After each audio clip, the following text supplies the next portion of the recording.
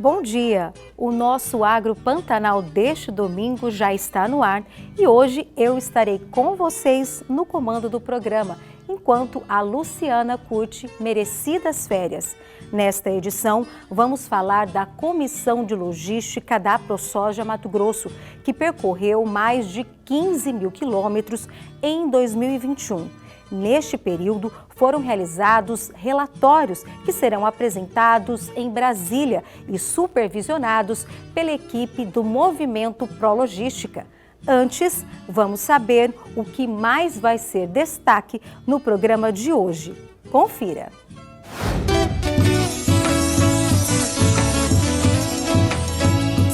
Colheita de soja inicia em todo o estado com produtores preocupados com uma nova doença que está afetando a qualidade do grão. Pecuaristas agora têm uma alternativa quando não há sombra natural para as vacas, o compost pasto. Com o objetivo de melhorar o escoamento das produções agrícolas, o governo de Mato Grosso entregou mais de 1.200 quilômetros de asfalto de 2019 até agora. E no Papo com Café de hoje, vamos receber no estúdio o secretário de Agricultura, Trabalho e Desenvolvimento Econômico de Cuiabá, Francisco Vuolo. E como não poderia faltar, vamos ter aquela receita saborosa para você preparar ainda hoje. Só espera e anota os ingredientes.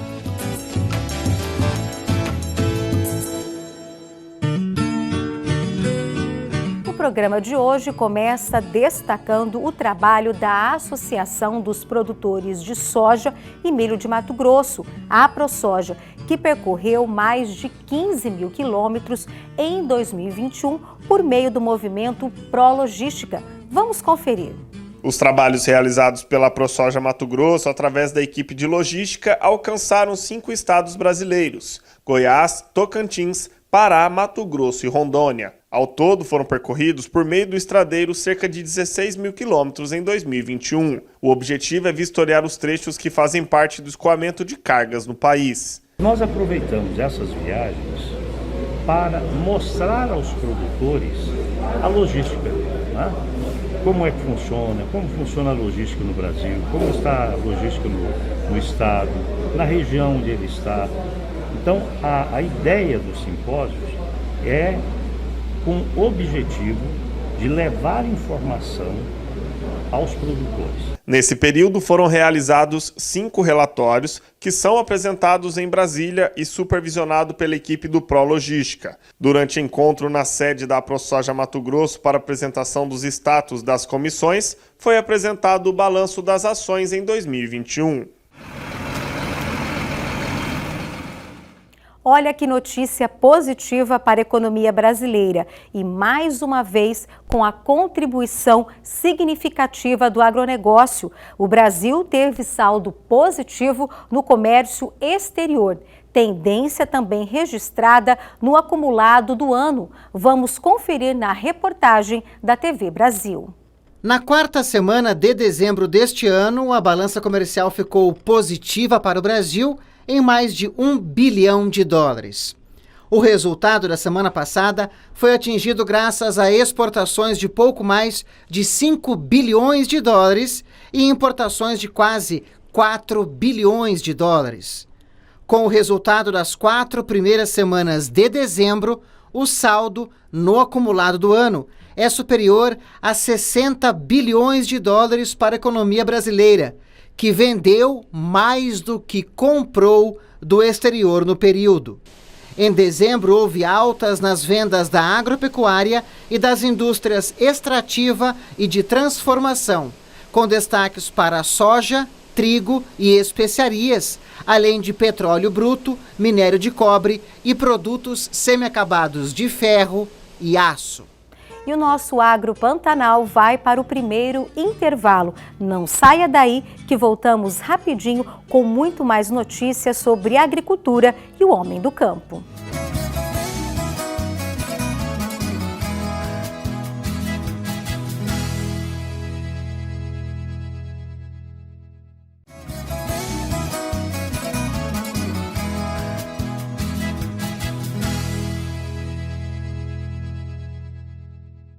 Já estamos de volta e agora o assunto é a produção agrícola. A colheita de soja já iniciou em todo o estado de Mato Grosso. Porém, os produtores estão preocupados com uma nova doença que está afetando a qualidade do grão. Além disso, tem outra questão que, em excesso, torna o problema: a chuva, que pode comprometer ainda mais a produção. Veja na reportagem exibida da TV Vila Real Record, produzida em Sorriso pelo repórter Ronaldo Igashira e o cinegrafista Marcos Rafael. Na primeira semana do ano, máquinas já estão operando para retirar a soja das lavouras. Com o clima colaborando e temperaturas propícias para colher o grão em boas condições, a expectativa deste produtor era das melhores, exceto por uma doença que poderá comprometer o restante da soja que ainda não foi colhida. Com as primeiras cargas da soja a caminho de armazéns, os produtores perceberam nitidamente um grave problema. Os grãos estavam bem diferentes dos vistos nas análises há cerca de 2 semanas. Uma nova doença, ainda sem nome, está comprometendo boa parte da produção da soja desta lavoura em Sorriso, em Mato Grosso, e em demais plantações que também perceberam o mesmo problema após o início da colheita. Na propriedade deste produtor, o cuidado com as doenças são intensos, que logo é tratada quando é identificada. Entretanto, nem os pesquisadores desvendaram o que ocorre quando esta doença ataca a planta. Isso aqui é 2 grãos bons, dos 4, 2 podres. Viu? Tu pega essa outra vagem aqui, vamos ver essa aqui. Essa aqui tá boa. Vamos ver essa outra aqui. Ó, 1 grão estragado e 2 bons. Além do tamanho do grão, olha aqui, ó, 3 grãos podres. Tu olha assim, a vagem tá boa. Tu abre, grão podre. A gente vê uma crise exponencial dessa forma. Sim, não, só aumenta, né, cara? Só aumenta. Era soja que há 25 dias atrás era recorde de produção aqui na fazenda. Pode ter certeza. Hoje, eu acredito que vai ser o ano que eu menos vou colher nesses talhões. Nunca aconteceu isso? Nunca. À medida que mais áreas são visitadas por Tiago, mais problemas são identificados. A doença se torna mais agressiva 25 dias antes da maturação do grão, provocando a abertura de vagens e o grão apodrece. Com o grande volume de chuvas no final de 2021, a doença se alastrou pela propriedade. Aquela área lá, essa área chegou a doença cedo. A gente não conseguiu controlar mais nada, muita chuva, e simplesmente estragou o grão. Mais de 40% avariado. Então isso daí é perda, isso é desconto, é difícil. Se o tempo ajudar, tivesse bastante sol, colhe seco, o prejuízo é menor. Mas se invernar, chover, aí desanda. A torcida agora é sol. Sim, com certeza. Vamos aguardar a pesquisa, ter uma evolução maior do que é isso, porque é um problema muito sério e nós temos que já pensar no ano que vem, porque esse ano já foi. E olha que boa notícia para os pecuaristas. Trata-se de uma alternativa quando não há sombra natural para as vacas, o compost pasto do programa Balde Cheio. A ideia é que o animal não fique confinado o tempo todo, apenas nas horas quentes do dia. A Fazenda Recreio, propriedade de leite orgânico localizada em São Carlos, no interior de São Paulo, implementou em novembro de 2021. Vamos conferir na reportagem produzida pela Embrapa. As estratégias mais comuns que são utilizadas no projeto Balde Cheio é o plantio de árvores, de renques de árvores ou de bosques em diversos lugares estratégicos da propriedade para que possa ter disponibilidade de sombra suficiente para as vacas poderem descansar durante o dia, deitar, ruminar. E isso é fundamental, sem a presença de barro, logicamente. Assim como corredores muito amplos e tudo mais. Mas isso nem sempre é possível, né? Às vezes uma das alternativas é você fazer uma estrutura como o confinamento de vacas, muito utilizado hoje em dia, que é o compost barn, mas sendo utilizado somente no período do dia, sem alterar o sistema de produção de pastejo nas horas mais frescas. Então, a ideia é ter um compost pasto, não um compost barn, onde as vacas ficariam com acesso livre ao pasto e durante o dia, na hora quente, ela tem acesso a uma cama confortável, com raspa de madeira ou casca de café, com ventilação adequada, para poder ter conforto ao longo do dia, também durante o verão.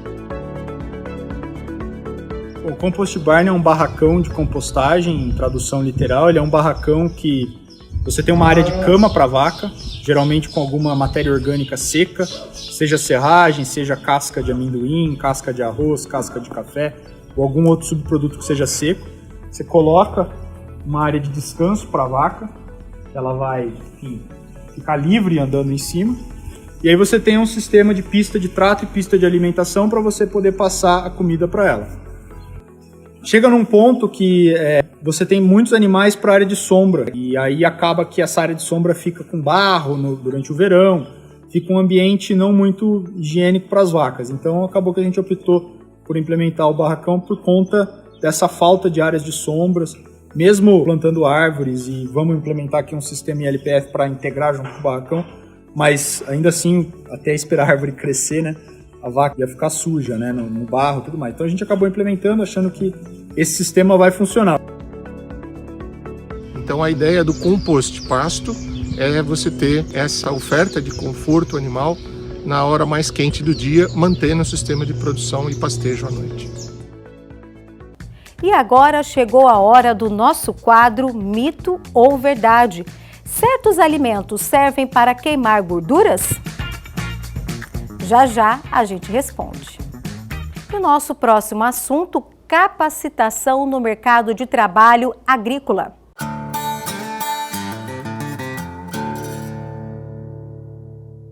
O Sistema Famato e os sindicatos rurais oferecem os seguintes cursos: Alta Floresta, transformação caseira de produtos embutidos, defumados e beneficiamento de carne de frango. Data 24 de janeiro a 28 de janeiro. Mais informações aí na tela.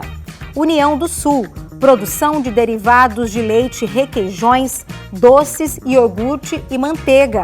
Data início dia 31 de janeiro até 4 de fevereiro.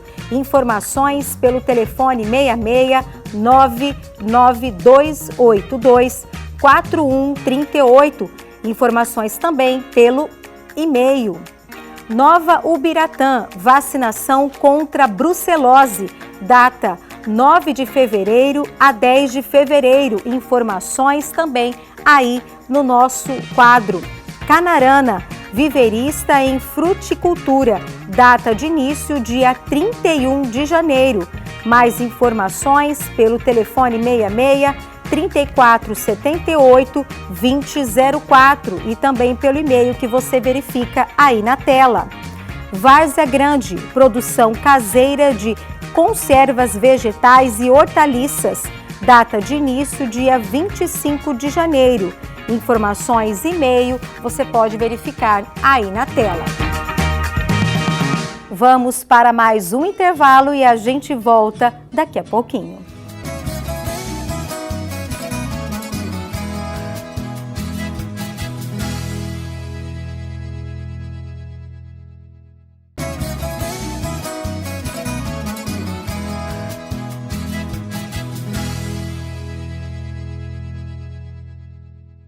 Já estamos de volta. Com o objetivo de melhorar o escoamento das produções agrícolas, o governo de Mato Grosso entregou mais de 1.200 quilômetros de asfalto de 2019 até agora. O objetivo é melhorar não só o escoamento das produções agrícolas, mas também o deslocamento de famílias para os municípios. Por meio do programa de investimentos lançado pelo atual governo estadual, o programa Mais MT, a Secretaria de Estado de Infraestrutura e Logística já concluiu mais de 1.200 quilômetros de estradas e rodovias com asfalto novo.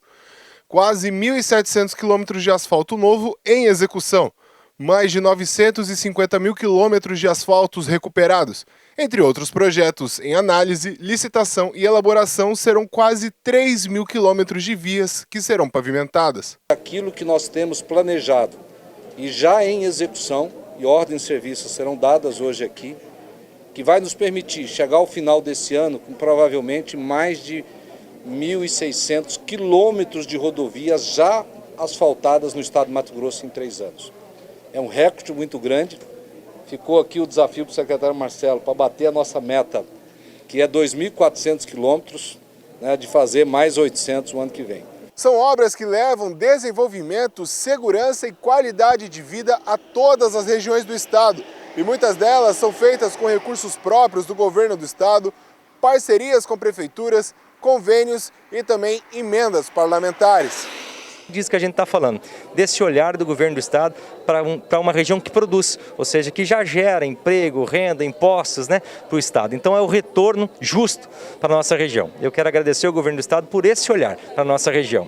É um desenvolvimento econômico, sim, estamos vivendo um período de safra, mas também é a integração entre os municípios. Então estrada para nós é isso, é integração e dignidade. A gente fica contente com esse olhar do governo do estado, do governador Mauro Mendes, em relação à obra de asfalto no município de Santo Afonso, um município de pequeno porte, sendo contemplado aí com uma obra de mais de 18 milhões de investimentos. Não resta dúvida, é uma parceria entre o município e o governo do estado. Eu acho que essas parcerias têm que ser construídas e nós estamos construindo essa parceria com o governador. Na edição de hoje, vamos reprisar a série Parques do Brasil, que apresenta o Parque Nacional do Pantanal Mato Grossense.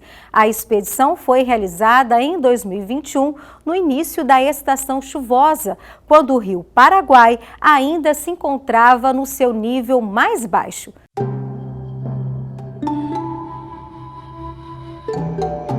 Os primeiros viajantes que estiveram nessa região pensaram que haviam encontrado um mar no interior da América do Sul. Um imenso labirinto repleto de lagoas, planícies alagadas e corichos. Tão plano que a água quase para de correr. Tão baixo que recebe tudo o que surge à sua volta. E tão grande que parece não ter fim. Aqui, tudo está em movimento. Às vezes lento, às vezes rápido.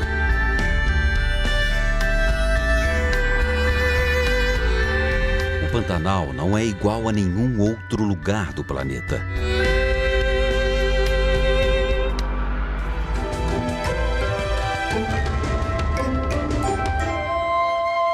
Perto da fronteira do Brasil com a Bolívia, na confluência dos rios Cuiabá e Paraguai, encontramos uma região onde o regime das águas dita as regras.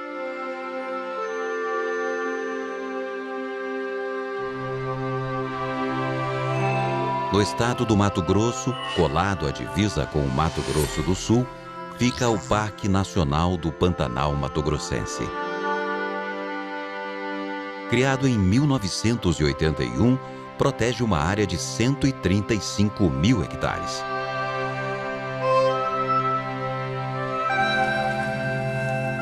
Nós realizamos 2 expedições na unidade. A primeira, no início da estação chuvosa. A segunda, em pleno período da seca.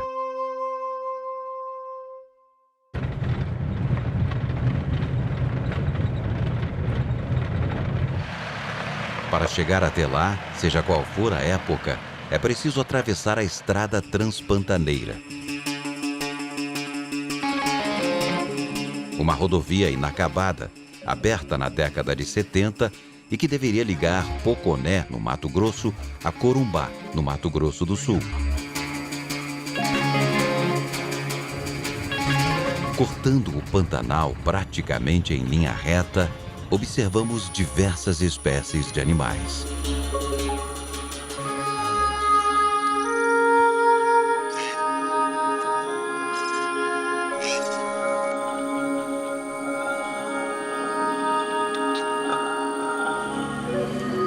Descemos o rio Cuiabá. Eis que após uma curva surge a Serra do Amolar. Um conjunto montanhoso impressionante, formado há milhões de anos, antes da existência do Pantanal. Entre a serra e o rio Paraguai ocorrem diferentes tipos de vegetação. Na encosta da montanha, observamos uma floresta que perde quase todas as folhas no auge da seca.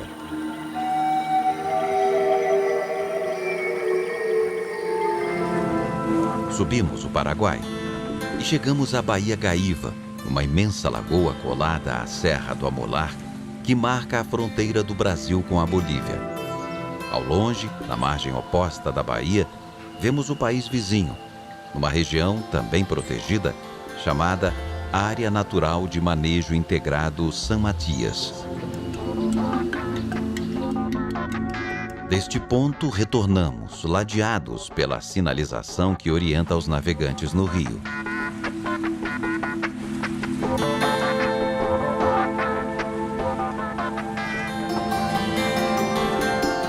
Numa rocha na beira da lagoa, observamos um conjunto de inscrições rupestres, conhecido como Letreiro da Gaíva. Nele podemos ver várias figuras geométricas, inscrições que lembram o sol, além de formas humanas e de bichos.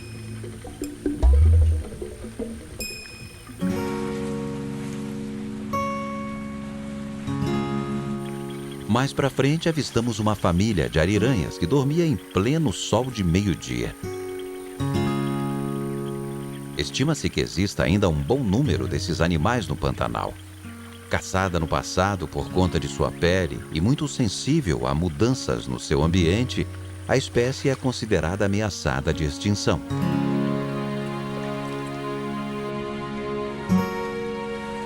Seguimos por um coricho, em direção ao Morro do Caracará. Esse curso d'água é estreito e sua profundidade nos permite avançar até certo ponto. Na base do morro, escondida no meio de uma floresta inundável, encontramos uma sequência de gravuras rupestres. O parque abriga diversos sítios arqueológicos com registros de diferentes povos que viveram aqui de 4.000 anos atrás até períodos mais recentes. Neste local, vimos uma série de figuras geométricas conhecidas como cúpules, além de pinturas rupestres. Algumas inscrições lembram figuras humanas, outras parecem descrever objetos astronômicos.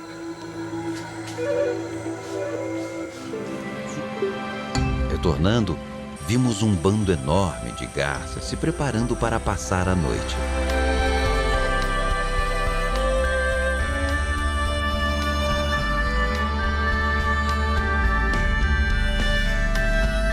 No caminho, nuvens de chuva e o cair da tarde criaram uma imagem inesquecível.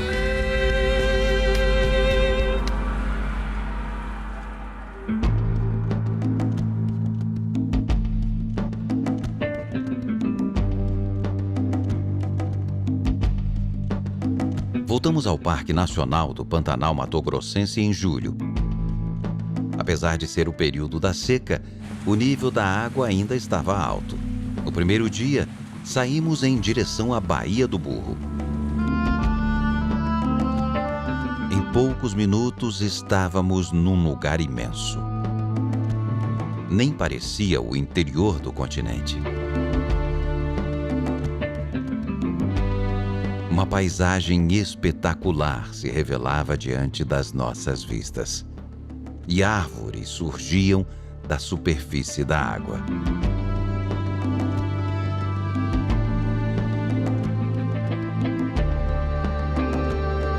Esta baía está conectada a vários corichos. Em volta desses canais, vemos a mata ciliar, que cresce em cima de cordilheiras, pequenas ribanceiras criadas pela deposição de sedimentos. O Pantanal é uma imensa planície alagada, com altitudes próximas dos 100 metros. Mas nem sempre foi assim. A região onde hoje é o Pantanal era mais alta do que o entorno. Porém, entre 100 e 66 milhões de anos atrás, tudo mudou. Foi nessa época que a Cordilheira dos Andes começou a se formar. Ao mesmo tempo, o Planalto Central brasileiro também se ergueu. Entre os dois, o Pantanal passou a descer. E a bacia hidrográfica do Alto Paraguai, até então inexistente, surgiu. Nesse momento, teve início um processo erosivo, contínuo, que resultou no surgimento da planície. Um fenômeno que continua até os dias de hoje. Uma capivara descansava na margem do rio. A água é um elemento fundamental na vida desse roedor gigante. Não só para beber, ela serve para regular a temperatura corporal em dias quentes e como rota de fuga de predadores. Além disso, é da água que vem o seu alimento. Boa parte das plantas consumidas pela espécie nasce na água ou perto dela. Um pequeno grupo de papagaios verdadeiros buscava frutos para comer. Alvo de traficantes de animais silvestres, a espécie não costuma tolerar a presença humana e logo se afasta. Em nosso trajeto, avistamos diversas outras aves, como o João de Barro.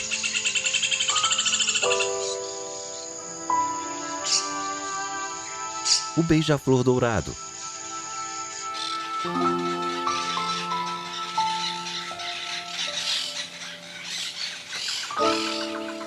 E um baguari.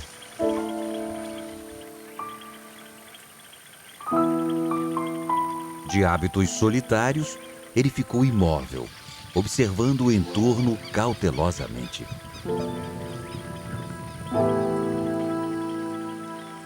No mesmo local, avistamos um grupo de caracarás. Essa ave passa o dia procurando insetos, ovos e animais mortos no solo.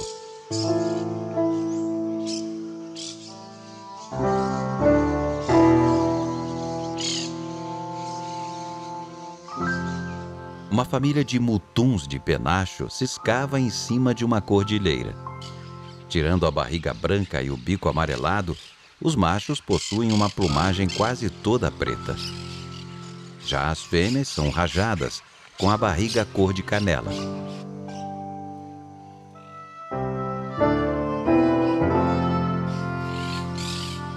Na beira do rio Cuiabá, uma marreca cabocla estava atenta à nossa presença e de possíveis predadores.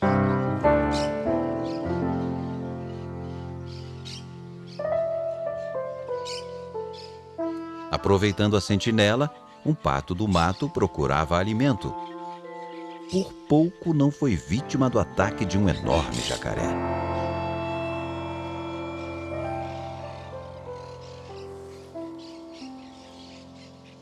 Após a tentativa frustrada, o jacaré do Pantanal resolveu voltar para a margem. Ao descobrir seu lugar de costume ocupado, expulsou o invasor. O menor saiu de perto rápido e o maior pôde então ficar se esquentando no sol. A luz solar e a água são elementos fundamentais para o metabolismo desse bicho, regulando sua temperatura corporal e os processos digestivos. Um tuiuiu, alheio ao pequeno drama que quase se desenrolou ali perto, estava à procura de galhos para a construção ou manutenção do ninho. Indo e voltando várias vezes com esse intuito, fez uma pausa para matar a sede.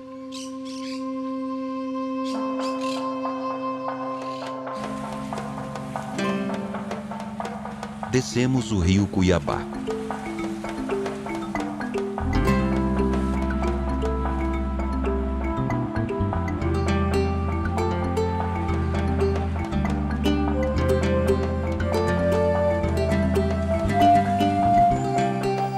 Horas depois, já perto do final do dia, avistamos um enorme ninho de tuiuiu.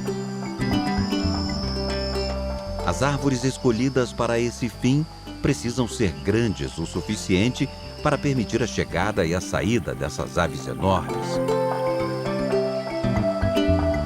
Por enquanto, no ninho só havia um membro do casal. Mas esta árvore serve de poleiro também para outras espécies, como biguás e biguatingas. O sol ia desaparecendo no horizonte e resolvemos voltar.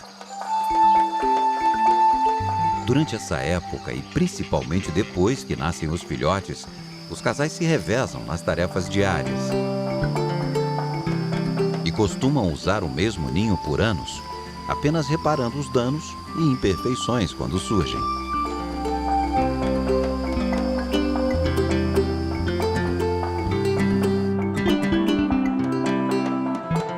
dia seguinte, a luz suave do início da manhã revelou toda a beleza desse ambiente complexo. Corichos, pequenas cordilheiras, campos alagados e lagoas de vários tamanhos. Nosso barco seguia a correnteza. Seguimos para próximo da Serra do Amolar, que marca os limites da planície. O Rio Paraguai está logo ali. Na serra, a estiagem deixou a vegetação esbranquiçada e as árvores com poucas folhas. Às margens do rio, figueiras centenárias são facilmente encontradas. Embaixo de uma dessas árvores, as câmeras TRAP flagraram a relação de duas onças pintadas. Tanto o macho quanto a fêmea demarcam o território e usam esse lugar para várias atividades, incluindo o ato de simplesmente descansar.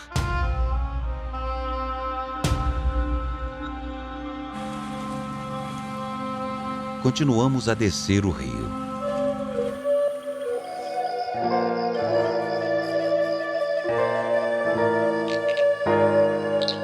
Durante a noite, as onças pintadas rondam as margens dos rios.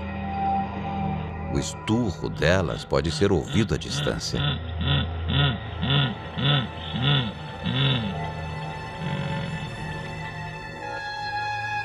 No dia seguinte, rumamos em direção ao morro do Caracará.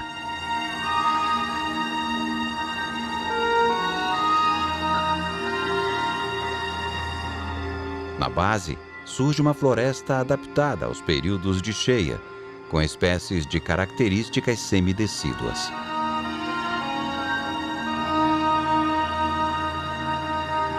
No alto de uma delas, observamos um gavião carijó.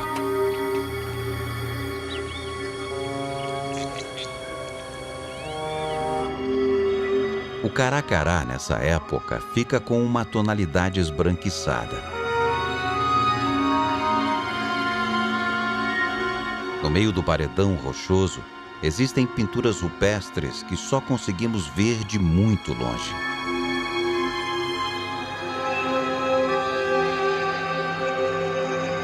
Na época das cheias, o morro serve de refúgio para animais como a onça pintada.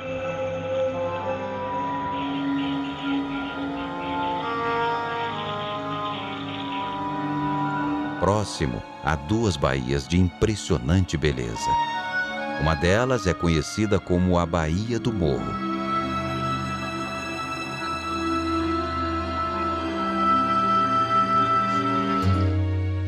Subimos o rio para ir embora.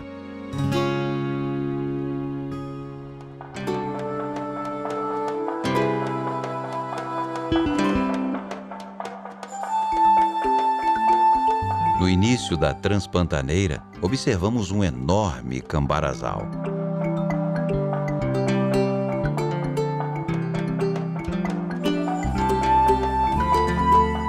Neste caminho, vimos um carão descansando, provavelmente depois de coletar caramujos, seu alimento favorito.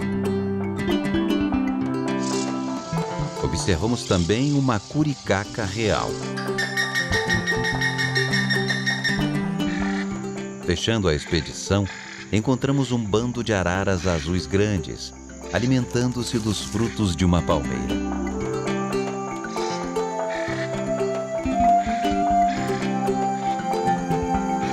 Um animal espetacular e ameaçado.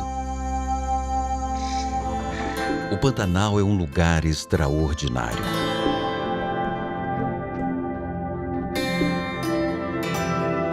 O conjunto formado pelo Parque Nacional do Pantanal Mato-Grossense e as reservas do seu entorno foi declarado Patrimônio Natural da Humanidade.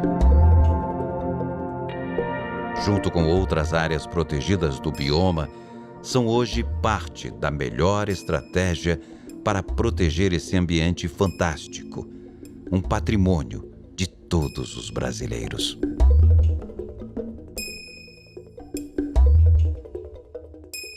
Vamos para mais um intervalo e a gente volta com a entrevista Papo com Café.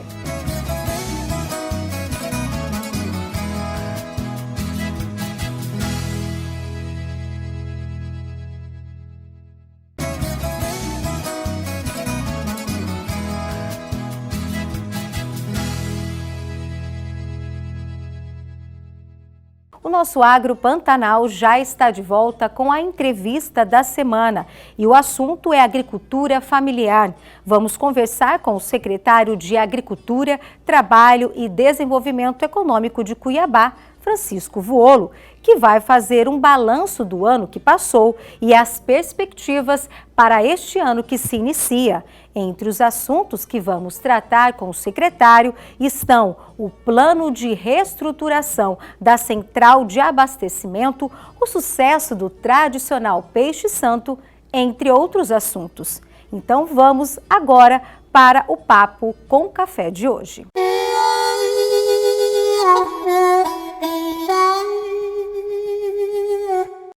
Bom, então, secretário, muito obrigada pela sua presença aqui no programa Agro Pantanal. E a gente vai conversar de alguns assuntos que envolvem a agricultura familiar, o agronegócio, aqui na capital mato-grossense. Para começar, secretário, eu gostaria de falar com o senhor sobre o programa Pra Frente Cuiabá, que desenvolveu, né, um projeto específico, um programa específico para trabalhar o agronegócio aqui na nossa capital. E esse programa foi inaugurado, lançado em meados do ano passado. Eu gostaria de saber como é que está esse projeto, como é que está o andamento dessas ações, né?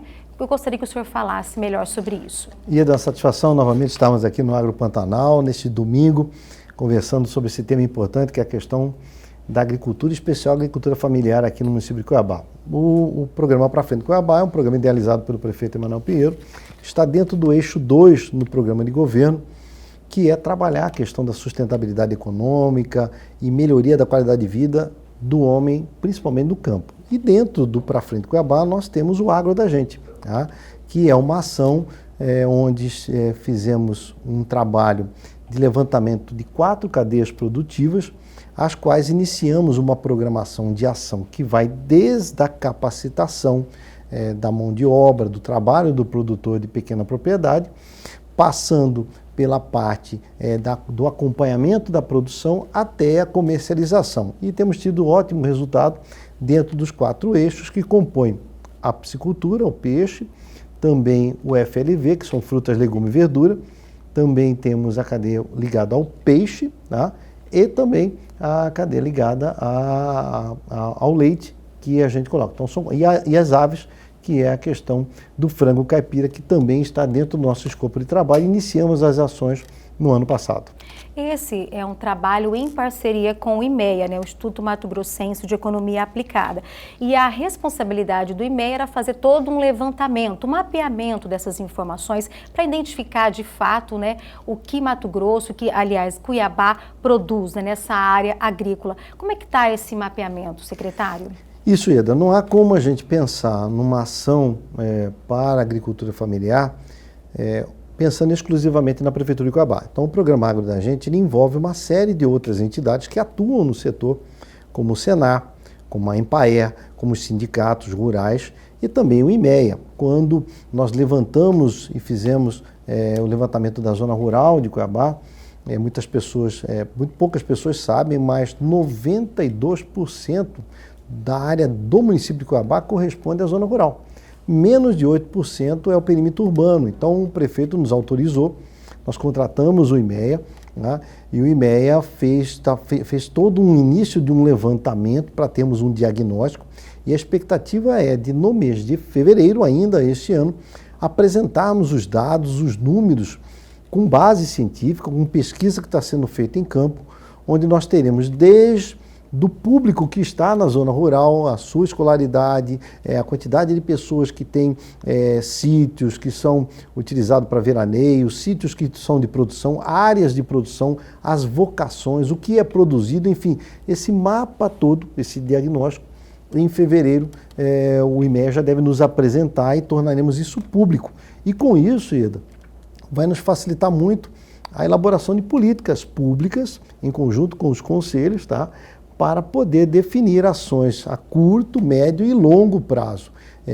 Então, é um resultado muito positivo. Já temos alguns dados iniciais, alguns números iniciais, mas eu vou esperar ter um estudo completo que vai ser apresentado em fevereiro para a gente anunciar à sociedade e, juntamente com esses parceiros que já fazem parte do programa Agro da Gente, nós queremos fortalecer as ações para poder garantir a fixação do homem do campo, melhorar a qualidade da nossa produção, fazer a produção em escala para poder atender a demanda da comercialização, bem como potencializar aquilo que é agricultado e que é agricultável, voltado à agricultura familiar, que é a vocação de Cuiabá. Agora, secretário, a gente já mostrou muitas vezes aqui no programa Agro Pantanal a dificuldade do pequeno agricultor, que tem em relação à sua produção, a dificuldade de recursos financeiros para investir na sua produção. Esse projeto, esse programa, ele também terá ações nesse sentido para esses pequenos produtores? Ele prevê todos esses aspectos, Geda. Ele prevê desde o acompanhamento técnico, em parceria com as entidades. Ele prevê a condição de comercialização. Então, em algumas cadeias, por exemplo, na cadeia do peixe e na cadeia das aves, nós estamos fortalecendo o abatedouro e os frigoríficos com produção local para que eles possam comprar produtos produzidos pelo produtor de pequena propriedade. Então, esse link nós estamos fazendo para que a gente não dê o peixe, a gente ensine a pescar e produza isso onde o mercado mesmo absorva. E aí a gente encontra duas situações que são emblemáticas. Uma é a falta da água. Então é um problema crasso. Nós estudamos uma região aqui de Cuiabá, que é a região da Marcolana e da Mineira, no período de estiagem no ano passado. Elaboramos com uma equipe técnica nossa. Hoje nós temos um mestre em recursos hídricos dentro da prefeitura, tá? Que já elaborou um projeto de irrigação para a região da Mineira e da Marcolana. Esse projeto a gente espera implementar ainda este ano, no máximo para o ano que vem, para minimizar o problema da falta da água e garantir uma produção durante esse período difícil. E também dentro do programa Pra Frente Cuiabá, nesse mês de fevereiro, nós já esperamos lançar o edital do Cuiabanco, que aí atende a outra demanda que a população pede, que é a questão do acesso ao crédito. Então, muitos desses produtores, eles querem criar o frango, mas não têm o dinheiro para comprar a ração, querem criar o peixe, mas não têm o dinheiro para comprar a ração, querem plantar, mas não têm o dinheiro para comprar muda. Então, nós vamos garantir a esse produtor de pequena propriedade, por meio de uma carteira de crédito, por meio do Cuiabanco, recursos que irão de R$ 1.500 até R$ 25.000, onde a Prefeitura de Cuiabá irá subsidiar os juros e ele vai ter acesso a esse recurso, mesmo não tendo a necessidade de dar a terra como garantia. E esse é o grande pulo do gato. Em parceria com o SEBRAE, nós trabalhamos operações de OCIPs de microcrédito e justamente essas entidades que irão trabalhar no mercado ofertando o crédito e a pessoa, o produtor, com um contrato de venda, com um contrato firmado ou com um antecedente positivo, ele vai poder ter acesso a crédito e aí garantir a sustentabilidade da sua produção ao longo do ano. Agora, secretário, mudando de assunto e falando de um assunto muito importante aqui para Cuiabá, é a central de abastecimento, né? O ano passado a prefeitura também anunciou um plano de reestruturação. E como é que está isso, secretário? A central, na verdade, nós herdamos todo um processo que vem desde 2014, da época da Copa do Mundo. É uma central que, ao longo da sua implantação, sofreu uma série de procedimentos complexos, complicados. Tá? Hoje a associação atua lá dentro em parceria com a prefeitura e existem algumas obras que nós estamos trabalhando lá dentro. Uma delas críticas que nós conseguimos retomar, que é a questão da estação de tratamento de esgoto. Tivemos um projeto lá todo inabilitado. O projeto ele foi condenado pela secretaria que atua lá na parte de fiscalização. A empresa deixou de cumprir porque os valores que ela pedia a mais não tinha como cumprir, o contrato e o projeto não era seguro. Então, no ano passado, nós rescindimos o contrato, fizemos uma nova licitação, já contratamos um novo projeto. O projeto já ficou pronto no final do ano passado e agora janeiro, no máximo em fevereiro, iremos licitar novamente a obra para dar continuidade à questão da estação de tratamento de esgoto. A outra obra emblemática lá é a obra do barracão do produtor rural, do produtor regional. Esse barracão também teve a obra paralisada, a empresa abandonou, saiu da obra, né? Nós fizemos toda uma requalificação com a Caixa Econômica, a Caixa aprovou o processo, fizemos a licitação, já temos a empresa vencedora do certame e deve sair ainda nesse mês de janeiro a autorização da Caixa Econômica para que possamos emitir a nova ordem de serviço e retomar o barracão do produtor regional, que ele é fundamental no processo do programa Agro da Gente, porque o barracão ele vai cumprir o papel de oportunizar ao produtor do campo um espaço para que ele possa comercializar diretamente, eliminando a figura do atravessador já direto lá na central. Então são dois trabalhos que nós estamos fazendo. Esse ano as obras deverão andar num ritmo mais acelerado, além de outras coisas que nós já fizemos lá, como a questão da parte de incêndio, que fizemos toda uma reprogramação do projeto de incêndio necessário para o barracão principal. Agora nós estamos fazendo um trabalho para poder firmar as parcerias para a energia solar, para reduzir o custo de energia solar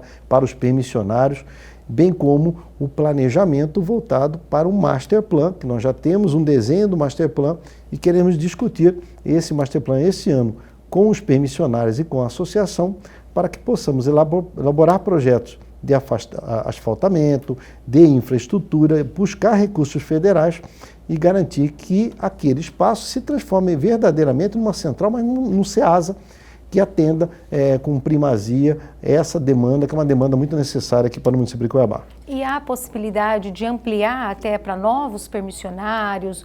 A Prefeitura estuda sobre isso e essas obras, elas devem ser concluídas ainda esse ano, secretário? Como é que vai ficar? Essa ampliação e tudo depende do Master Plan e depende da vontade também da associação e dos permissionários. Nós não queremos colocar nada na vontade apenas do poder público. Queremos discutir isso com os permissionários. Ali envolve uma série de atividades, desde o pequeno, da produção de pequena propriedade até o grande produtor, o grande atacadista. Então isso tem que ser discutido em conjunto. No entanto, começa por um master plan, começa por uma organização e é o que a Prefeitura quer fazer esse ano, inclusive regularizando algo que não tinha antes. Nós estamos regularizando, recadastrando os permissionários para que eles possam receber o termo de permissão de uso e possam, com tranquilidade, com segurança jurídica, continuar a desenvolver o seu trabalho de comercialização ali naquele espaço. Uhum. Bom, secretário, agora vamos falar sobre o peixe santo, né, que é tradicional aqui em Cuiabá, há mais de 30 anos já é realizado, né? Para esse ano, existe uma perspectiva de mudança? Como vocês já estão planejando esse evento aqui em Cuiabá? Nós já estamos trabalhando com duas opções, Ieda. Primeiro, no ano passado, nós quebramos um paradigma, lançamos o Peixe Santo com um outro formato, um formato onde a Prefeitura apoia, de fato, os peixes comercializados com a certificação, que é o correto. Então, o peixe, eu não posso colocar chancela do município em um produto que suscite dúvidas. Então, nós estamos firmando as parcerias com as peixarias, com os frigoríficos que são devidamente certificados. No ano passado, nós foram comercializados cerca de 10 toneladas de peixe, doamos 1 tonelada para atender os idosos gratuitamente, né? E essas 10 toneladas num preço muito abaixo do que estava sendo praticado no mercado, que inclusive garantiu que alguns supermercados que antes subiam o preço durante o período da Semana Santa, baixaram o preço. Então teve um resultado positivo. Esse ano nós vamos fazer uma nova edição com esse formato. No ano passado foram 4 espaços que definimos. A expectativa nossa esse ano é ampliar isso, mas está sendo planejado. Em breve nós apresentaremos isso com mais detalhe. E a segunda novidade que estaremos lançando também é o chamado Peixe da Gente. O Peixe da Gente, nós temos lá um caminhão que foi em parceria com o Ministério da Agricultura. Esse caminhão é um caminhão frigorificado para peixe. Então nós vamos fazer um chamamento, um processo de licitação para cadastrar as empresas devidamente credenciadas e certificadas e vamos disponibilizar esse caminhão para que ela leve o peixe com qualidade para os bairros de Cuiabá e possa vender com preço praticado conforme os números apontados pela Prefeitura.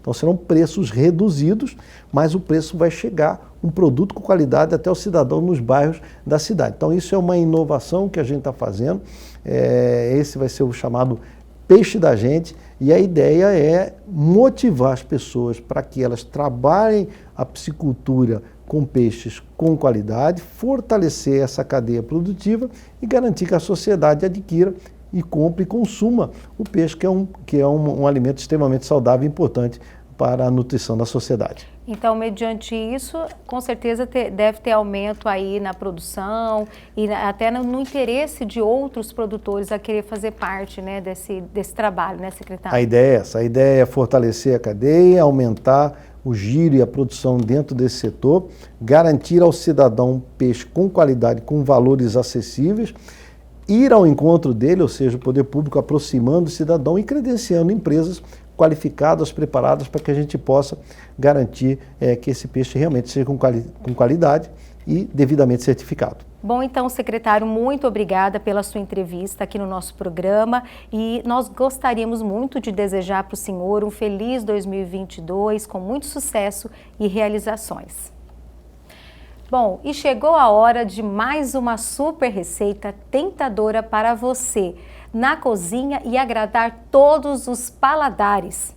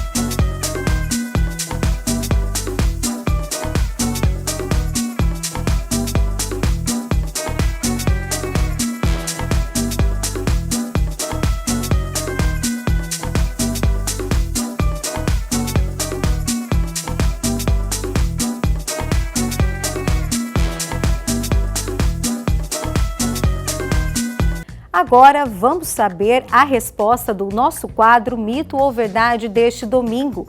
Certos alimentos servem para queimar gorduras? A resposta é mito. Repolho, salsão, chá verde, pimentas, entre outros. Não deve ser a primeira vez que você ouve falar destes e outros alimentos que supostamente ajudam a queimar ou eliminar gorduras. Porém, não é bem assim. De acordo com a Fundação Cardíaca Britânica, não existe um tipo de comida que tenha propriedades especiais de queimar a gordura em excesso do corpo. E assim termina o nosso Agro Pantanal deste domingo. Obrigada por estar conosco mais uma vez. Domingo que vem estaremos de volta, se Deus quiser, a partir das 8 horas da manhã.